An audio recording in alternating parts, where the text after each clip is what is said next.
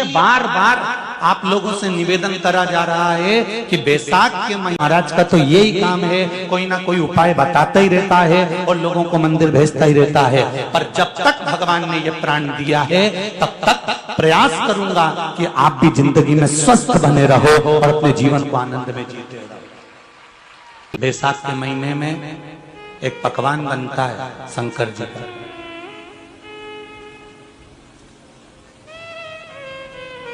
शिव जी के हाथ में त्रिशूल है, शिव जी के 3 नेत्र हैं, बेलपत्री में भी 3, बोलते जाओ। बैसाख के महीने में जो शंकर भगवान को प्रसाद का भोग लगता है उसमें भी 3 ही चीज मिलती है। सत्तू,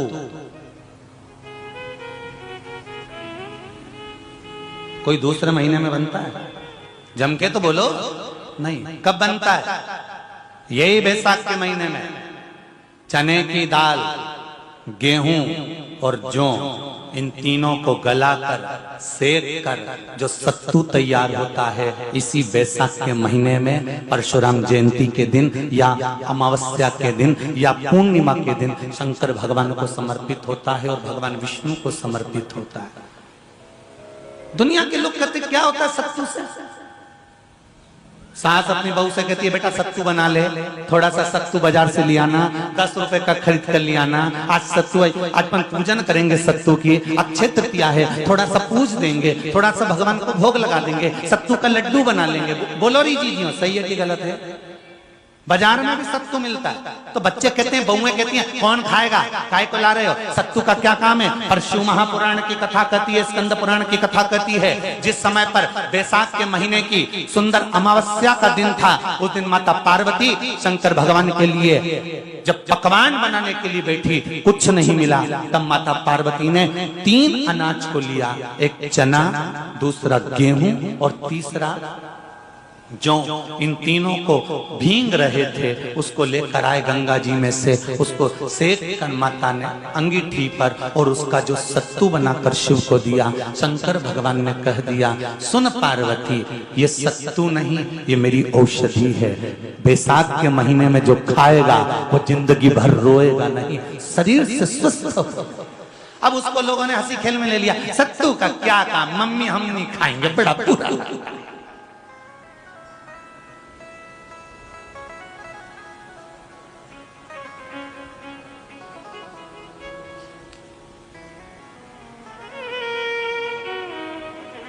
शिव जी का एक एक चीज,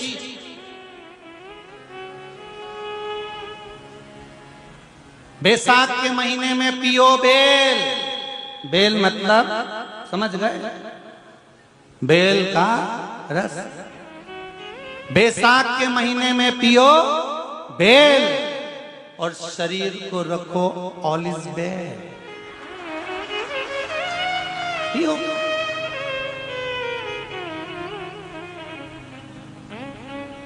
की कथा कह रही है कि चांगुड़ा शंकर की आराधना में लगी रहती है। उसे शिव की आराधना के सिवा कोई सुख मिलता ही नहीं, केवल शंकर की आराधना करना, शिव भक्ति में डूबे रहना। श्री शिवाय नमस्तु, श्री शिवाय नमस्तु। भगवान शिव की आराधना में जहां शंकर भगवान की जलाधारी में से पानी नीचे बहता, समझ लेना जरा अच्छे से हो। जैसे ये गोल जलाधारी है, ये शिवलिंग है, यहां से पानी नीचे बहता है। जब विशेष कोई दुख वाली बात आ जाती है या कोई तकलीफ खड़ी हो जाती है, बहुत बड़ी अगर कोई तकलीफ खड़ी हो जाती है, तो शिवलिंग के स्पर्श की जगह जहां से पानी बहता है, जाता है ये गोल, और यहां से जो भगवान के चरण है जहां से पानी नीचे गिरता है, समझ रहे हो ना सब लोग? उस स्थान पर अपनी जो ये हथेली होती है, इस हथेली को कुछ देर लगा लिया जाता है। कौन सा स्थान? जहां से शिवलिंग पर जल चढ़ा, ये जलाधारी में गोल घूमा, घूम के जहां चरण से नीचे जाता है वहां कुछ देर के लिए इस हथेली को लगा लिया जाता है। अपनी हाथ की, सीधे हाथ की हथेली को लगाया जाता है। और देवाधिदेव महादेव का या तो पंचाक्षर मंत्र या षडाक्षर मंत्र या श्री शिवाय नमस्तुभ्यं इस मंत्र का या महामृत्युंजय मंत्र का स्मरण कर लिया जाता है। और दिल की बात भगवान शिव से कह दी जाती है, हृदय से कहकर 2 दिन, ज्यादा से ज्यादा 3 दिन, ज्यादा से ज्यादा 5 दिन, बस 6ठे दिन की जरूरत नहीं पड़ेगी। बाबा रास्ता खोल देगा और कार्य सफल कर देगा। दिल की बात कहो शिव से। बेस और इको डालो थोड़ा, बेस और डी।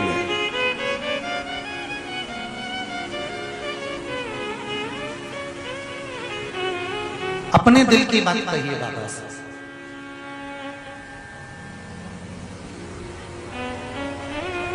और जब दिल की बात कहोगे, हृदय की बात जब बाबा से कहोगे तो बाबा सुनेगा, निश्चित है सुनेगा।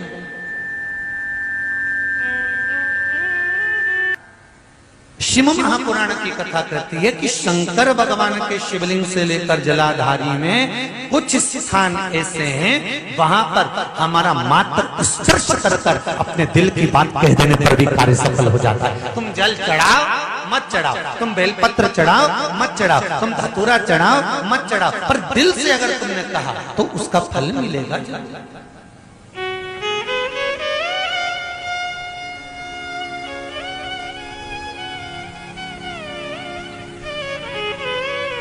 सत्तू 12 महीने खाओ मत खाओ। कौन सा महीना? बैसाख के महीने में सत्तू जरूर खाओ। और सत्तू चाइना से नहीं आएगा, इंडिया में बनेगा और बना भारत में ही।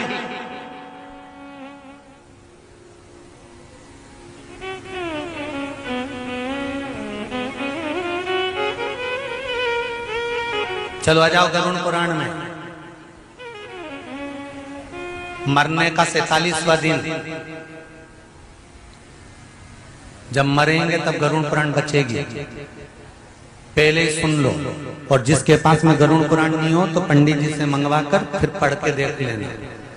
मरने के 47वें दिन, 47 डेज, 47वें दिन किस चीज का दान तुम्हारे सामने आता है? मरने के 47वें दिन। 10 दिन तक तो जीवात्मा घर की अटारी पे रहती, मरने के बाद 12वें के दिन चली जाती है। उसके बाद में जब 47वां दिन आता है तो 47वें दिन जीवात्मा को क्या दान करा जाता है, व्यक्ति ने क्या पुण्य करा होता है कि उसको नरक नहीं भोगना पड़ता, बेतरनी नहीं भोगना पड़ती और सीधे बेतरनी से पार उतर जाता है। वो किस चीज का दान है? तो कहा शिव महापुराण में, गरुड़ पुराण में कि वो सत्तू का दान है जो बैसाख महीने में करा जाता है। सत्तू का दान 3 चीजों से मिलकर बनता है। जौ, बोलते जाओ जल्दी, गेहूं, चना, ये 3 चीज से मिलकर बनता है। इसमें जो बारीक बारीक कण होते हैं, जितने जितने 3 चीज के मिले हुए बारीक बारीक कण होते हैं, ये जब दान किया जाता है सत्तू का, तब ये बेतरनी तरने के लिए 47वें दिन इस जीवात्मा ने अगर सत्तू का दान करा होता है या सत्तू का सेवन बैसाख के महीने में करा होता है तो उसको बेतरनी नहीं भोगना पड़ती, डायरेक्ट सीधे रतलाम उज्जैन से डायरेक्ट शंकर पर चढ़ी हुई एक बेलपत्र, शंकर पर चढ़ा हुआ एक जल, शंकर पर चढ़ा हुआ एक चावल का दाना, शंकर पर चढ़ा हुआ एक फल, शंकर भगवान को समर्पित करी गई एक वस्तु, ये कोई साधारण नहीं हो सकती। बेटा वापिस जीवित हो गया, शंकर पार्वती ने दर्शन दे दिया, अघोरी ओझल हो गया। शिव जी ने कहा चांगुणा, तूने भूल के वश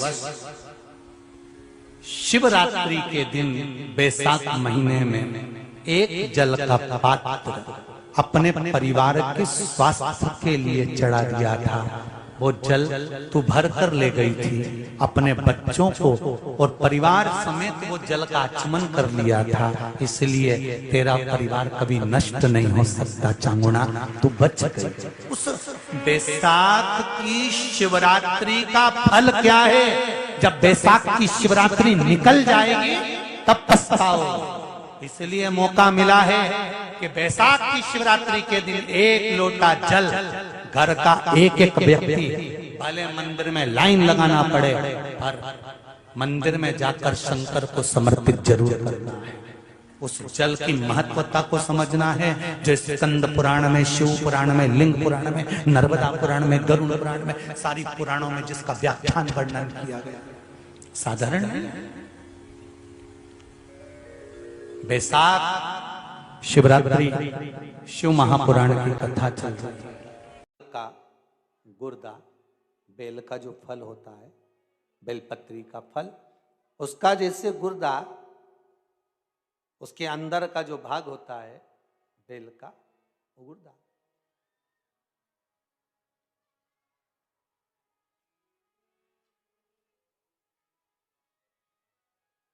उसको अग्नि में जलाकर उसकी भस्म तैयार कर कर छान कर जब जब आपके यहां विद्वान ब्राह्मण शिव जी का अभिषेक कराते हैं, पूजन कराते हैं, तो उसमें लिखते हैं पूजन के साहित्य में बेलपत्री, धतूरा, दुर्वा, ये उसमें नीचे लिखेंगे भस्म। लिखते कि नहीं लिखते? लिखते हैं ना, भस्म अभिषेक में चाहिए रहती। तब उस भस्म का थोड़ा सा भी भाग आप अगर शिव को समर्पित कर रहे हो तो ये जान लें कि शंकर मनवांछित फल प्रदान कर रहे हैं। शिव फल प्रदान कर रहे हैं।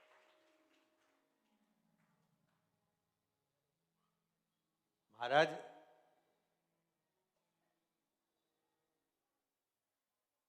बेलपत्री के वृक्ष के नीचे बैठकर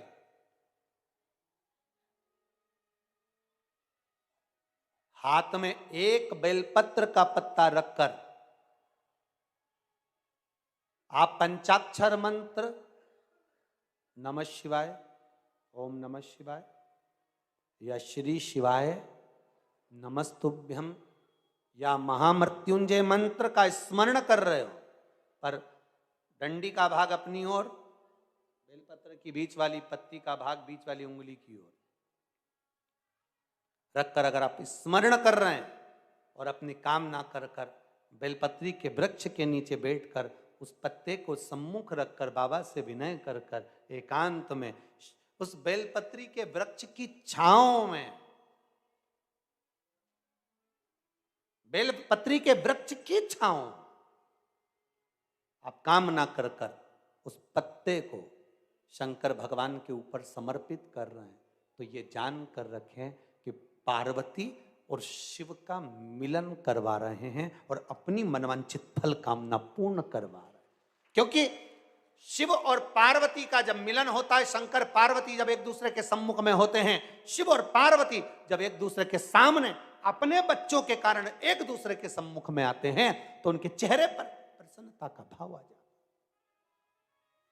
है। फल, मनवांछित फल की कामना आप जिस कामना के लिए कर रहे हैं, विवाह के लिए, नौकरी के लिए, सर्विस के लिए, व्यापार के लिए, रोग मुक्ति के लिए, आप जिस कामना से कर रहे हो, बस उससे कह कर, कभी सोमवार का दिन हो, क्योंकि शंकर जी को सोम प्रिय है, सोमवार का दिन, चंद्र का वार शिव जी को प्रिय है, शिव जी को प्रिय है।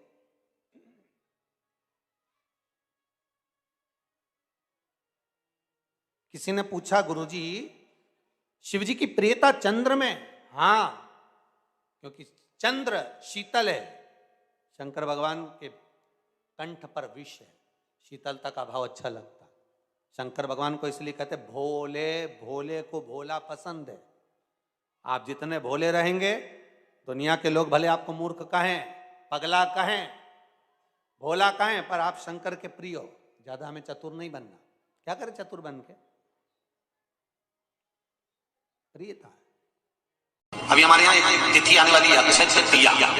उसका मतलब क्या होता है? अक्षय, जिसका कभी क्षय ना हो। कई लोगों ने महत्व को बिगाड़ दिया। के दिन सामान लेकर आना है, चांदी का बर्तन लेकर आना है, ये सामान लेकर आना है, वो सामान लेकर आना, लाओ, मना नहीं है।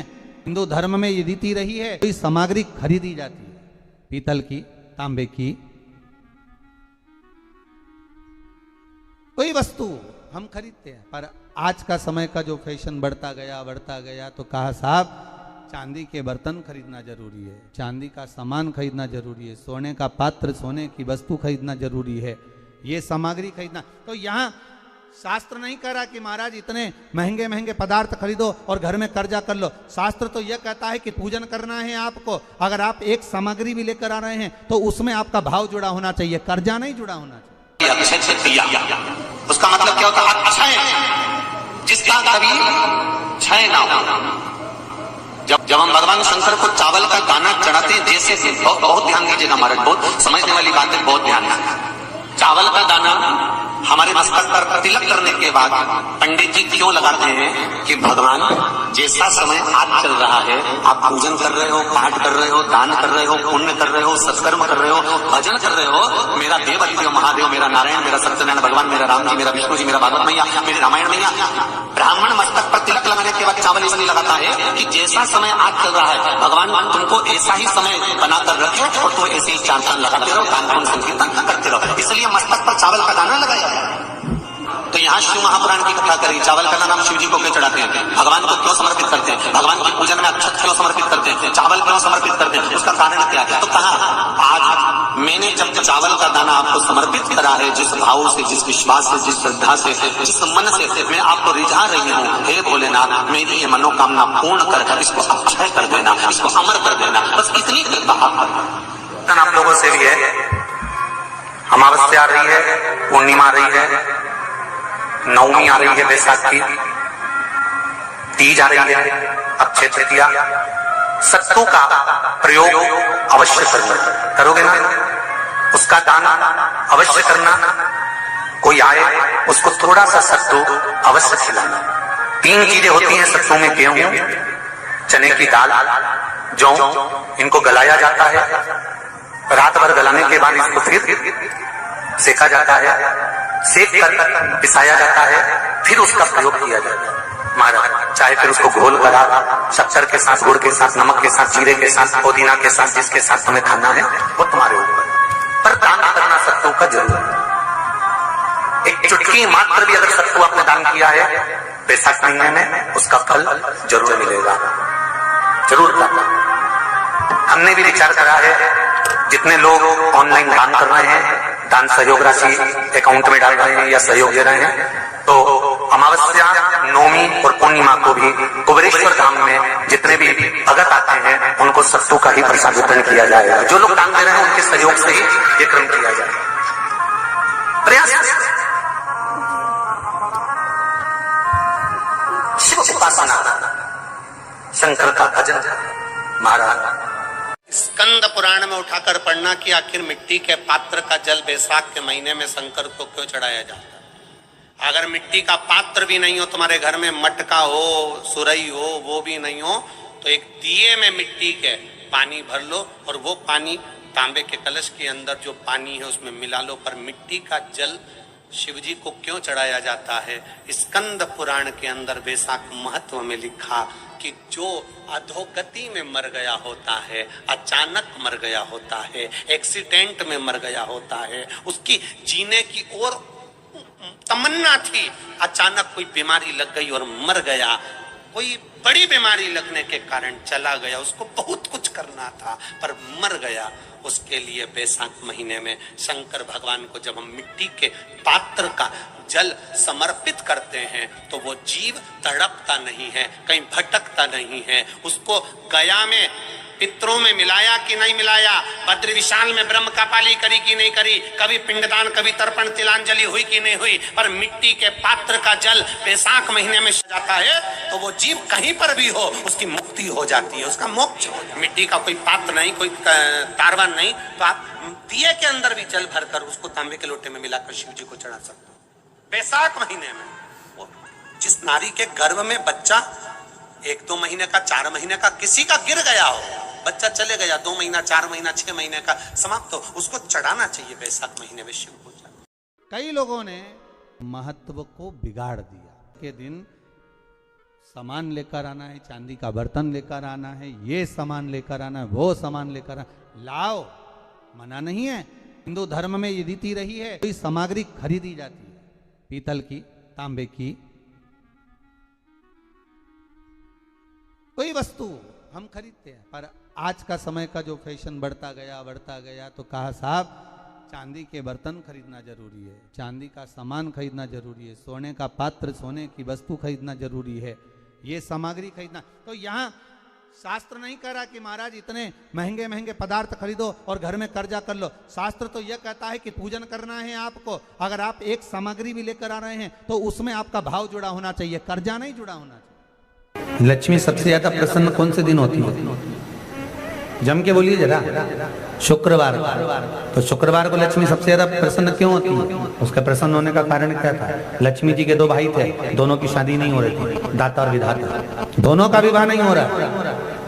और दाता विधाता के लिए लक्ष्मी बड़ी परेशान थी, रोज नारायण से कहती थी प्रभु कुछ कृपा करिए, दाता विधाता का विवाह नहीं हो रहा, उम्र होती चली जा रही है, इनका कुछ करिए प्रभु, आप नारायण आप कुछ तो कर सकते हो। भगवान नारायण ने तब लक्ष्मी से कहा एक काम करो, बेलपत्री के पेड़ के नीचे बैठकर लक्ष्मी तुम अनुष्ठान करो तुम्हारे भाइयों के विवाह के लिए। इसलिए आज भी हमारे हिंदू धर्म की रीति है कि बेलपत्री के पेड़ के नीचे शाम के समय लक्ष्मी का वासा होता है। इसलिए लोग इस बेलपत्री के पेड़ के नीचे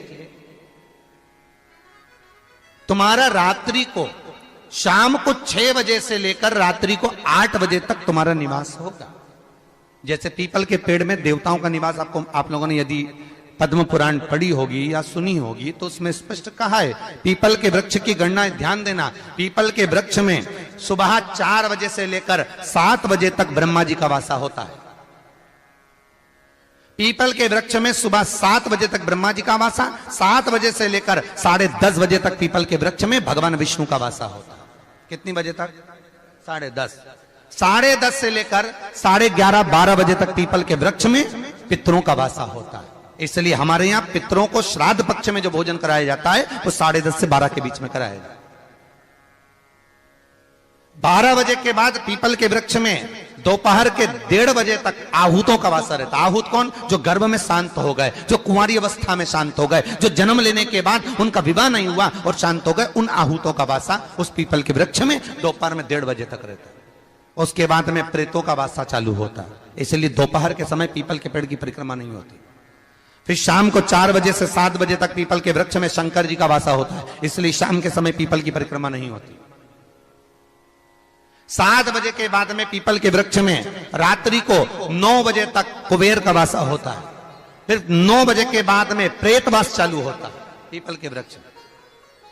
उसी तरह बेलपत्री का जो वृक्ष है, उस बेलपत्री के वृक्ष के नीचे रात्रि को 8 बजे से लेकर 12 बजे तक बेलपत्री के पेड़ के नीचे कुबेर का निवास होता है। महाराज, कुबेर का निवास। प्रयास करा करो इसी बेलपत्री के पेड़ के नीचे हम दीप लगाएं, घी का दीप। यदि संपदा की कमी हो तो, अगर भगवान ने खूब संपदा दी है तो भले मत लगाओ, कोई दिक्कत। महामृत्युंजय मंत्र का यदि आप जाप करते हो और आपको मालूम पड़ गया कि शरीर में मुझे ये रोग हो गया है, मुझे शुगर हो गया है, मुझे बीपी हो गया है, मेरा ब्लड प्रेशर ऊंचा नीचा रह रहा है, कोई भयंकर रोग, मेरे रिश्तेदार को कोई कैंसर जैसा रोग हो गया, किसी को कोई थायराइड हो गया, किसी को कोई किडनी और लीवर में सूजन हो गई, किसी को कहीं किडनी और लीवर में तकलीफ हो गई, तो शिव महापुराण की कथा कहती है, नवग्रह शिव महापुराण की कथा कहती है कि बेलपत्री के वृक्ष के नीचे महामृत्युंजय मंत्र का जाप जो शुक्रवार की शुक्रवार घी का दिया लगा कर करता है, उसके रोग बाबा देवाधिदेव महादेव समाप्त करते चले जाते हैं। ये संजीवनी मंत्र शुक्रवार के दिन भगवान शंकर को शुक्र को दिया था, इसलिए उसकी प्रधानता।